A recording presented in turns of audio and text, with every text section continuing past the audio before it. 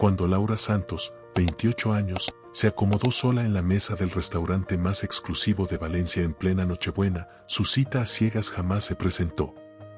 Durante 45 minutos esperó con el corazón encogiéndose mientras los camareros la observaban con una mezcla de curiosidad y lástima y las parejas a su alrededor reían, brindaban y compartían confidencias felices. Estaba a punto de levantarse, con las lágrimas amenazando con arruinar su maquillaje impecable, cuando una niña de 4 años, con un vestidito rojo de Navidad y un osito de peluche apretado contra el pecho, se acercó a su mesa. La pequeña la miró con unos ojos azules enormes, llenos de inocencia, y le preguntó si podía sentarse con ella porque parecía triste, igual que ella se sentía cuando su mamá se había ido al cielo. Y cuando Laura, con el corazón hecho añicos, asintió y la niña trepó a la silla a su lado, no podía imaginar que aquella Nochebuena, la que estaba convencida de que sería la peor de su vida, se convertiría en el primer capítulo de la historia de amor más hermosa que jamás habría soñado. Porque el padre de esa niña, el hombre que en ese mismo instante recorría el restaurante buscándola desesperado, era precisamente el hombre que el destino siempre había tenido reservado para ella. Si estás listo para escuchar esta historia, escribe en los comentarios desde donde estás viendo este video. El restaurante Alameda resplandecía bajo las luces navideñas como una estampa sacada de otra época. Era 24 de diciembre y Valencia se había vestido con su mejor traje para celebrar la Nochebuena. Fuera, una lluvia fina casi parecía nieve al caer sobre los adoquines húmedos. En el interior, candelabros de plata iluminaban manteles de lino blanco y un cuarteto de cuerda interpretaba villancicos en un rincón del salón principal. Era el tipo de lugar donde se celebraban aniversarios de esos que se recuerdan toda la vida, donde se organizaban pedidas de mano perfectamente orquestadas, donde familias acomodadas brindaban con champán de 200 euros la botella. Laura Santos no pertenecía a ese mundo, pero aquella noche había decidido fingir que sí. Tenía 28 años, el cabello rubio cayéndole liso sobre los hombros, unos ojos verde intenso que delataban una tristeza antigua y un vestido verde esmeralda que había comprado en rebajas 3 meses antes, esperando que tarde o temprano aparecería la ocasión ideal para estrenarlo. Esa ocasión había llegado en forma de una cita a ciegas preparada por su mejor amiga Irene, que ya no soportaba verla pasar las noches sola en su pequeño piso de Ruzafa. El hombre se llamaba Mario. Era abogado, 35 años, y según Irene era perfecto para ella. Educado, encantador, con buena posición y sin pasado sentimental complicado. Se habían mandado mensajes durante 2 semanas y él había insistido en llevarla a ese restaurante con estrella Michelin para su primer encuentro. Laura había protestado, diciendo que con un café en una terraza bastaba, pero Mario había insistido, asegurando que una mujer como ella merecía solo lo mejor. Quizá debería haber sospechado ya entonces. Los hombres que prometen lo mejor suelen ser los que acaban dando lo peor. Laura había llegado a las 8 en punto, como habían acordado. El maitre la acompañó a una mesa para 2 junto a la chimenea, el rincón más romántico del local. Pidió una copa de vino de Utiel Requena mientras esperaba, tratando de ignorar el temblor de sus manos. No le ponía nerviosa la cita en sí, le inquietaba algo más profundo. Llevaba tiempo sin creer que el amor funcionara para ella, y cada nuevo intento no hacía más que reforzar esa idea. Su historial sentimental era un catálogo de decepciones. A los 23 había estado prometida con Daniel, su primer gran amor, que la dejó 2 semanas antes de la boda por otra mujer. A los 25 lo intentó con Pablo, un compañero de trabajo que parecía atento y cariñoso hasta que descubrió que repartía las mismas atenciones entre otras 3 mujeres a la vez. A los 27 se juró que no buscaría más pareja, que se centraría en su carrera y asumiría que tal vez le tocaría vivir sola para siempre. Pero entonces Irene la convenció de probar una última vez. Solo esta. Si sale mal, te dejo en paz, le dijo. Y así, Laura acabó sentada en aquel restaurante lujoso, con su vestido verde y sus esperanzas delicadas, esperando a un hombre que nunca llegaría. Las 8:15, ni rastro de Mario. Las 8:30, un mensaje en el móvil, perdona, voy tarde. Llego en 5 minutos. Las 8:45, silencio. Las 9, otro mensaje, ha surgido un imprevisto. Tengo que cancelar. Te llamo mañana para reprogramar. Laura miró la pantalla del teléfono con una expresión a medio camino entre la incredulidad y la resignación. Sabía que no habría ningún mañana. Nunca lo había cuando alguien cancelaba una cita en Nochebuena. Solo quedaba la certeza de haber sido plantada una vez más en un restaurante lleno de parejas felices, con un vestido recién estrenado y un corazón viejo de tanta decepción. Los camareros la observaban con esa compasión mal disimulada que Laura había aprendido a identificar. La mesa de al lado estaba ocupada por una familia que reía a carcajadas, unos padres y dos niños abriendo pequeños regalos entre plato y plato. Al otro lado, una pareja de ancianos se cogía de la mano sobre el mantel, aún enamorados después de quién sabe cuántos años. Ella estaba allí sola, con la copa casi vacía y los ojos empezando a escocer. Decidió que era hora de marcharse. Pagaría el vino, volvería a casa, se pondría el pijama y vería alguna película navideña con su gato Coco. No era la Nochebuena que había imaginado, pero al menos no tendría que fingir estar feliz delante de un desconocido. Estaba a punto de levantar la mano para llamar al camarero cuando escuchó una vocecita aguda a su lado. Una niña había aparecido de repente.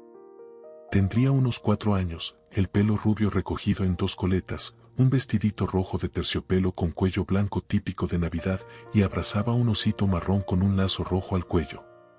Sus ojos azules, de un tono cristalino, la miraban con una intensidad que no encajaba del todo con alguien tan pequeña. La niña le preguntó a Laura por qué estaba triste, con esa sinceridad brutal que solo tienen los niños.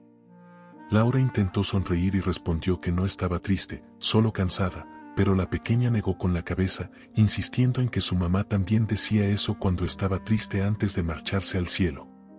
El corazón de Laura se encogió. Observó a aquella niña con una mirada nueva, reconociendo en ella un dolor que ningún niño debería conocer. Le preguntó cómo se llamaba y la pequeña respondió que se llamaba Luna, como la del cuento que le leía su madre. Luna le preguntó si podía sentarse con ella, porque su padre estaba hablando con personas aburridas y no quería estar sola. Laura miró alrededor buscando a un adulto que pareciera preocupado, pero nadie parecía haber notado la ausencia de la niña. Asintió, y Luna se subió a la silla junto a ella con naturalidad, como si llevara toda la vida haciendo eso. La pequeña colocó el osito sobre la mesa y comenzó a hablar. Contó que el osito se llamaba Toto y que se lo había regalado su madre antes de irse al cielo. Contó que su mamá estuvo enferma y que un día se durmió y ya no despertó. Contó que su papá lloraba escondido, pero ella lo sabía porque lo oía por las noches. Contó que le había pedido a Papá Noel una nueva mamá, pero que su papá decía que las mamás no se compran en las tiendas. Laura escuchaba con el alma hecha pedazos. Aquella niña había perdido a su madre y buscaba consuelo en una desconocida que le parecía igual de triste que ella. Había algo devastadoramente poético en ese encuentro, 2 almas heridas encontrándose en lo que parecía el momento equivocado, o quizá en el único momento posible. Luna le preguntó por qué estaba sola en Nochebuena. Laura le explicó, de forma sencilla, que estaba esperando a un amigo que no había podido venir. La niña asintió muy seria y luego le preguntó si quería ser su amiga, ya que el otro amigo no había aparecido. Laura sintió las lágrimas subir, pero esta vez no eran de pura tristeza, sino de algo que se parecía a la gratitud. A la maravilla ante la inocencia de una niña que ofrecía su amistad a una desconocida solo porque la veía triste. Fue entonces cuando una voz masculina interrumpió aquel pequeño mundo que habían creado. Álvaro Herrera tenía 36 años, el cabello castaño ligeramente ondulado, barba bien recortada y unos ojos azules que delataban muchas noches sin dormir. Era el CEO de Herrera Palace, una cadena de hoteles de lujo, uno de los empresarios más ricos del país. Pero esa noche no era el magnate que salía en las revistas, sino un padre viudo que buscaba desesperado a su hija en un restaurante abarrotado. Estaba allí por una cena de trabajo importante y había llevado a Luna porque la niñera se había puesto enferma a última hora. Cuando notó que la niña no estaba en la silla, el pánico le atravesó el pecho, interrumpió la reunión y salió al salón principal casi corriendo. Entonces la vio. Luna estaba sentada con una mujer rubia de vestido verde que la miraba con una ternura que Álvaro no veía en los ojos de nadie desde hacía mucho tiempo, la misma luz que había visto en Elisa, su esposa, cuando miraba a su hija. Luna exclamó que papá tenía que conocer a su nueva amiga Laura, que estaba triste porque su amigo no había venido, pero que ya no estaba tan triste porque habían hablado de Toto y de mamá en el cielo. Álvaro miró a Laura y Laura miró a Álvaro. Había algo en los ojos de ella, una vulnerabilidad que él reconocía porque la veía cada mañana en el espejo. Notó la mesa para dos, la copa vacía, el gesto contenido, y entendió lo esencial sin que nadie se lo explicara. Le preguntó si quería unirse a ellos para cenar. Nadie debería estar solo en Nochebuena, dijo. Luna le tomó la mano con esos ojos imposibles de rechazar y Laura aceptó. La cena fue diferente a cualquier otra que Laura hubiera vivido. Álvaro le habló de Elisa, de cómo se habían conocido en la universidad, del cáncer que se la llevó cuando Luna tenía solo 3 años. Laura le contó sus fracasos amorosos, la sensación constante de no ser suficiente para nadie. Él la escuchó sin interrumpirla, sin juzgarla, con una atención tranquila que ella no estaba acostumbrada a recibir. Luna se quedó dormida a mitad de la cena, con la cabeza apoyada en el brazo de Laura. Cuando las miradas de ellos se cruzaron por encima de la niña dormida, no hicieron falta palabras para entender que algo había cambiado. Las semanas siguientes fueron un torbellino de emociones. Álvaro le pidió el número de teléfono antes de despedirse esa noche, y al día siguiente le escribió para darle las gracias por haber hecho especial la Nochebuena de Luna. A ese mensaje siguieron otros, luego llamadas, luego encuentros que empezaban como simples quedadas para que Luna jugara, y terminaban en conversaciones largas, de esas que se alargan hasta que el restaurante apaga las luces. Laura descubrió que Álvaro no era el hombre frío que describían los titulares. No era el empresario implacable que aparecía en las noticias económicas. Era un padre entregado que leía cuentos con voces distintas para cada personaje, que conocía los nombres de todas las princesas de dibujos animados, que llevaba a Luna al Parque del Río cada domingo aunque el trabajo apremiara. Luna, por su parte, decidió muy pronto que Laura era la persona más importante del mundo justo después de papá. La buscaba todo el rato, le enviaba dibujos a través del móvil de su padre, insistía en que la invitara a todas sus salidas. Laura empezó a pasar los fines de semana entre museos infantiles, tardes de galletas hechas en casa y noches viendo películas de animación en el enorme sofá del ático de Álvaro en el barrio del Ensanche. Era peligroso, lo sabía. Se estaba encariñando con esa niña a una velocidad que le daba vértigo. Se estaba enamorando de ese hombre que la miraba como si fuera algo valioso, pero no podía detenerse. Por primera vez en su vida, Laura se sentía realmente vista. Álvaro la escuchaba cuando hablaba de su sueño de ser ilustradora, ese sueño que había aparcado años atrás para aceptar un trabajo seguro en una agencia de comunicación. Le pedía que le enseñara sus dibujos y los observaba con admiración sincera. Un día, aproximadamente un mes después de su primer encuentro, Álvaro la llevó a un lugar especial. Era una finca en las afueras de Granada, una propiedad familiar que apenas visitaba porque le recordaba demasiado a Elisa.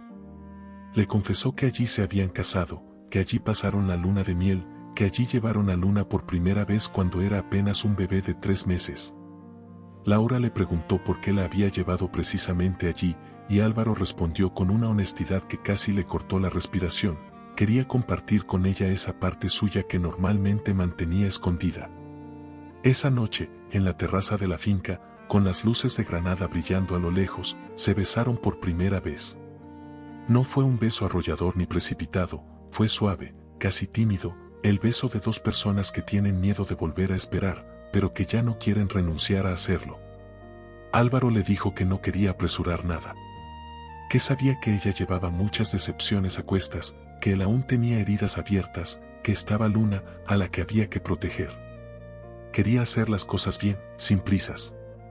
Laura asintió, agradecida por una paciencia que ningún otro hombre le había ofrecido nunca.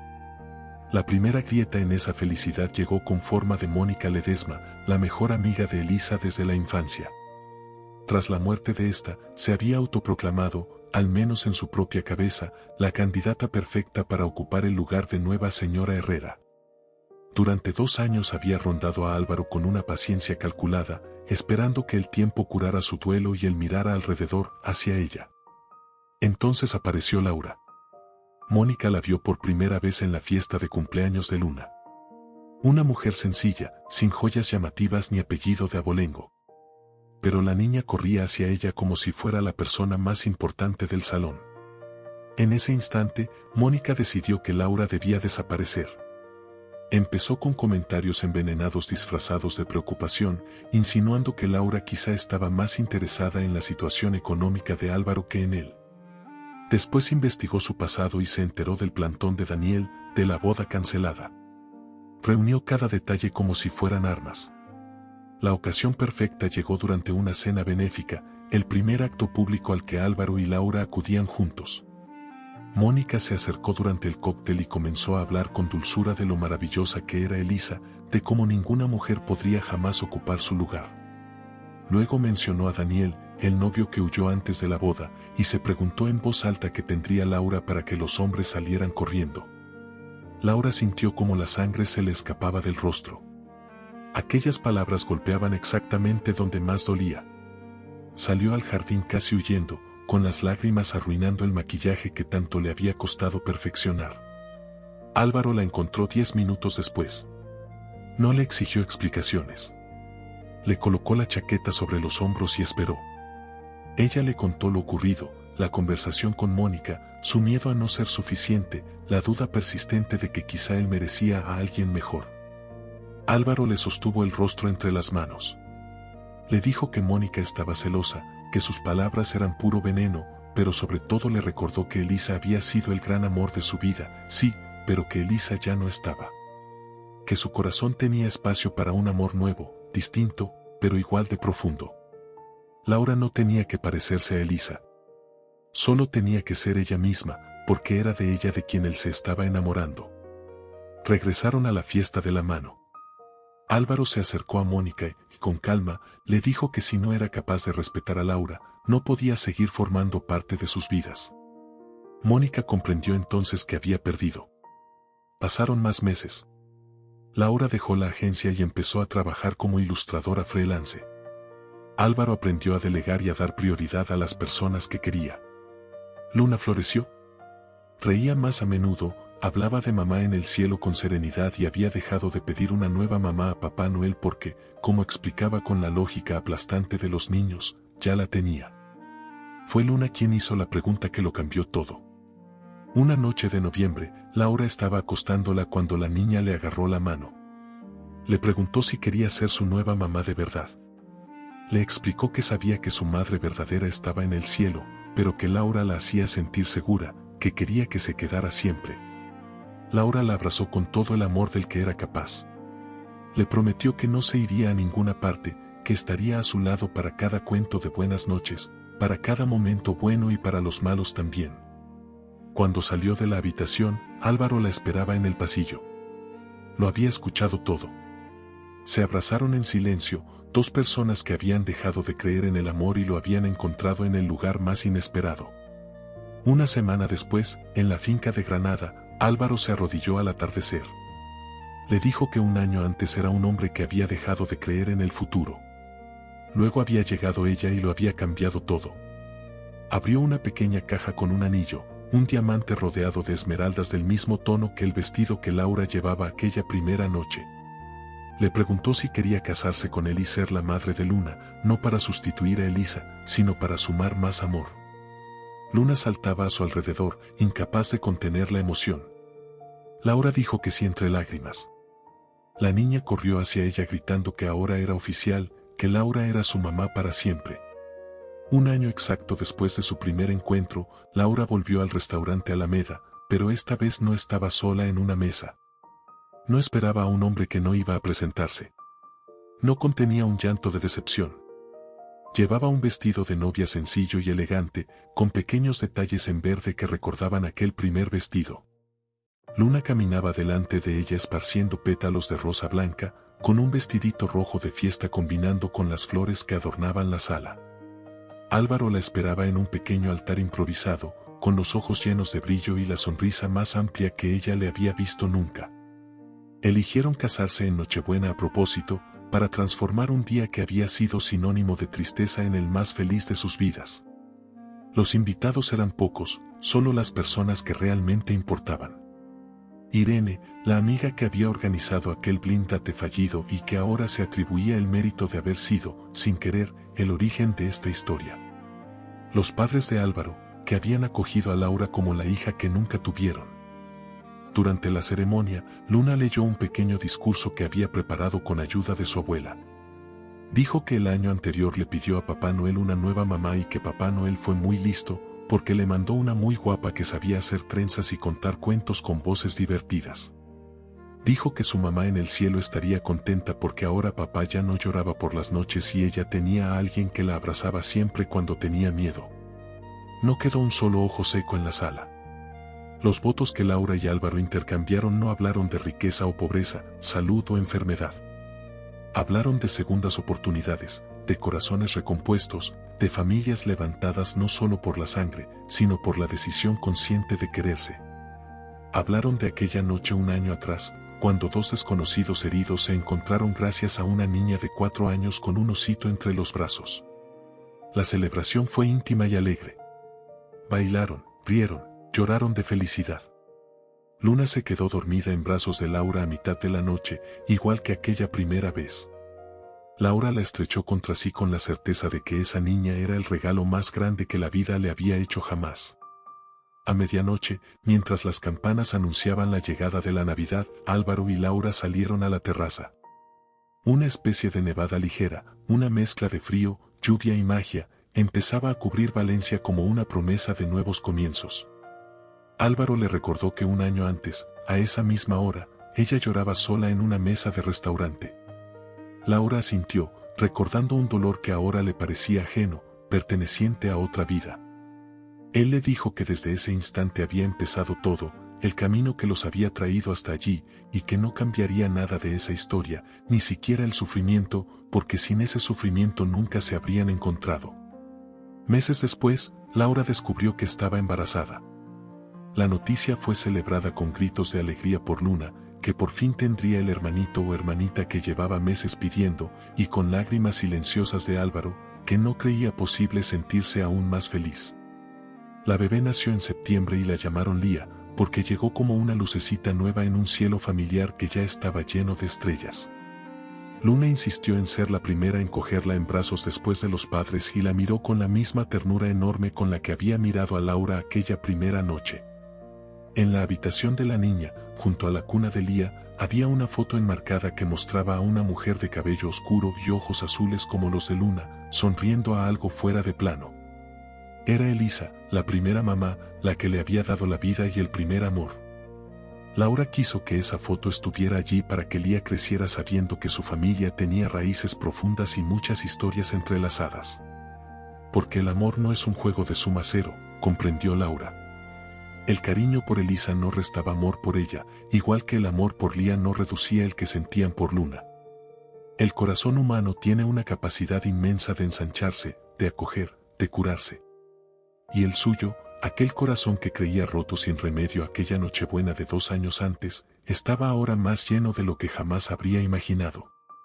Cada Navidad desde entonces, la familia Herrera vuelve al restaurante Alameda, no para presumir de lujo, sino para recordar. Recordar que los milagros existen, que las segundas oportunidades son reales, que a veces basta una niña con un osito de peluche para cambiar el rumbo entero de una vida. Y Laura, viendo a Luna jugar con Lía bajo el árbol mientras Álvaro prepara el chocolate caliente en la cocina, sabe que por fin tiene respuesta a la pregunta que aquella niña le hizo la primera noche.